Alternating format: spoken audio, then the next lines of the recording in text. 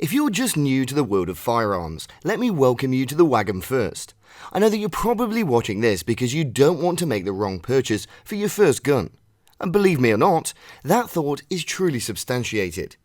Why? Well, because there are lots of guns in today's market that are good but are terrible for beginners. I mean, they simply don't have the ergonomics or performance that could help a greenhorn get better at using and shooting a firearm. Hello everyone, this is Joe, and in this video I've assembled a list of the guns that every beginner should avoid and included some alternatives you need to check out instead. Now before I start, I'd like to ask you the favour of hitting the subscribe and notification bells. They help the channel a lot. Now, let's get back to the video. Magnum caliber handguns. The first one that you should avoid is these Magnum caliber handguns. Now, you might be thinking, these are some powerful, solid looking guns. Why should I avoid them? Well, that's the answer to your question. They are too powerful for you. In the meantime, at least. Even trained shooters require the utmost focus to keep these guns from exploding away from their hands. They pack too much recoil that, if you're not prepared, could blast you. And no, I am not exaggerating. I know that some of you want to experience shooting them. Guns like the Colt Python, S&W Model 29 and Desert Eagle might be the firearms of your dreams, but they are not for you yet. While they look cool in these movies, these things are quite daunting to shoot. As I said, it requires practice before you can control them. If you push the idea of owning these explosive firearms, there's a good chance that you'll sustain long-term arm-related injuries that may affect you in the future. These injuries could affect the way that you hold a gun in the future, specifically in the aspect of maintaining a solid grip. And in some cases, these Magnum caliber handguns can potentially hit you face if you don't hold them properly. There's even a case where a woman shot herself when she fired a Smith & Wesson Magnum 500 revolver. So I hope that's a lesson that could teach you not to underestimate these Magnum caliber guns. Aside from the danger they pose, the ammo for these guns is expensive, and since you need to practice with them, it will require you to buy multiple boxes just to get your groove. I know you aren't willing to shell out huge chunks of money if you're just a new gunner, so I suggest you steer away from these Magnum guns. So, is there an alternative for these Magnum caliber firearms?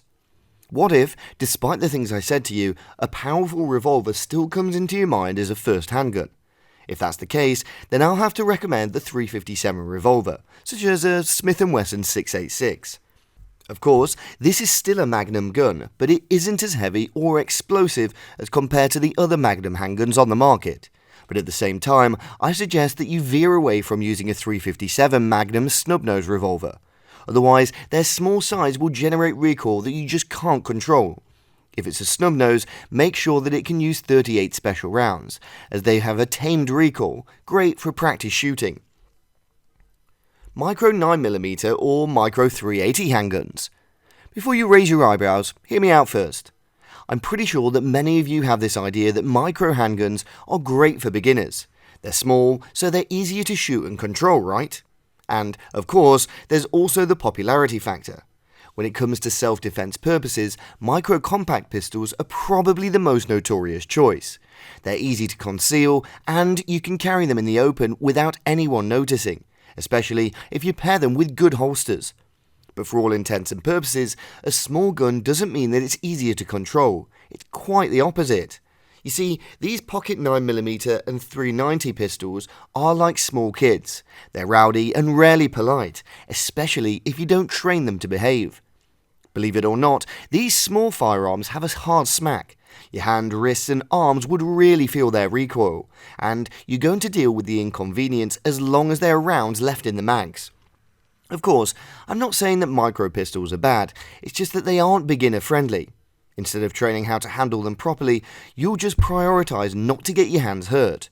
Furthermore, they don't have good sights, which could dampen your accuracy, and their small grip, they're too cumbersome to work with, especially when reloading.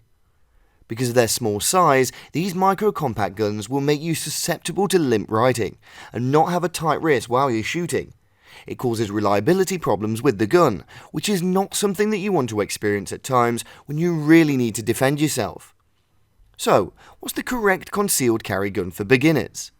To be honest, there are a lot of options for that. I even made several videos about the best concealed carry pistols in the market today, so you better check them out. If you are a beginner, I'm just going to beg you not to choose any gun that is smaller than a Glock 43. If you can do that, you'll be able to get a gun that is easy to control, accurate, and offers optimal reliability and capacity.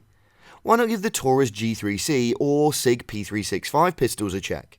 These are some fun to shoot, hassle-free to maintain pistols that are also great for beginners too. 12 gauge firearms. I'm a sucker for shotguns. Over the years, I've tried different shotguns, like those from Mossberg and Remington, and today I can really say that they're wonderful weapons. They're versatile, pack more than sufficient stopping power, and are easy to maintain. However, I don't recommend them for new shooters, especially those 12 gauge shotguns. You see, these 12 gauge shotguns and firearms have a lot of recoil on them.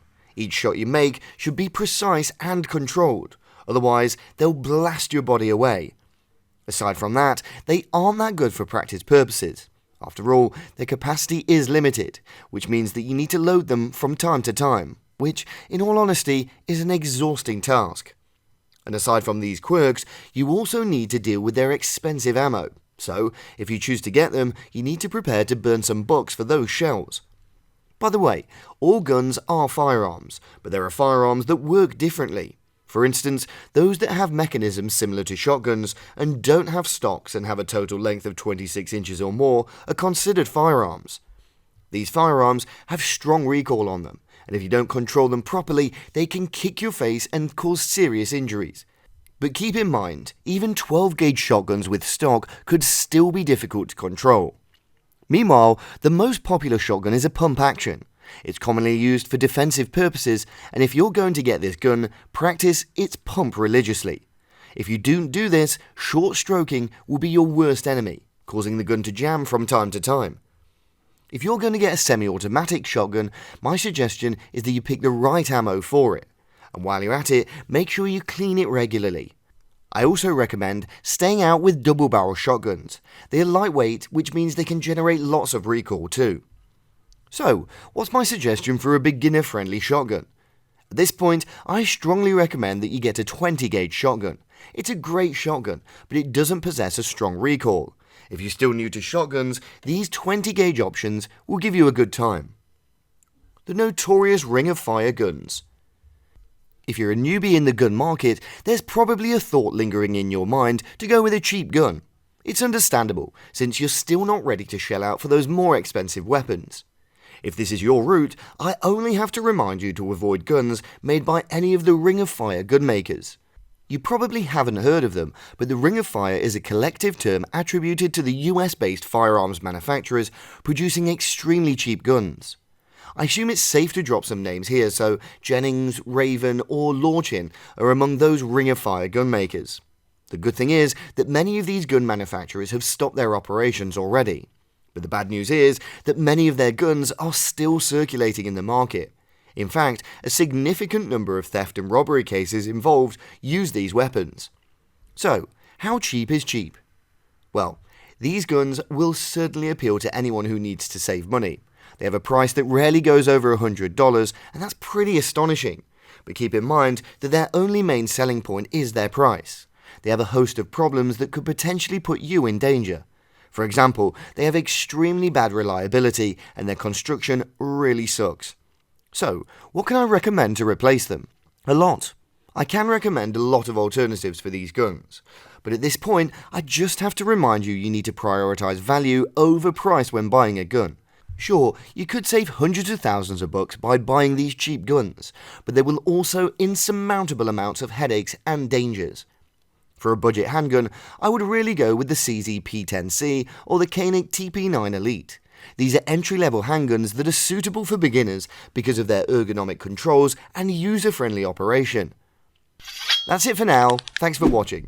If you want to see more gun videos like this, just click the subscribe button and notification bell. Take care and stay safe.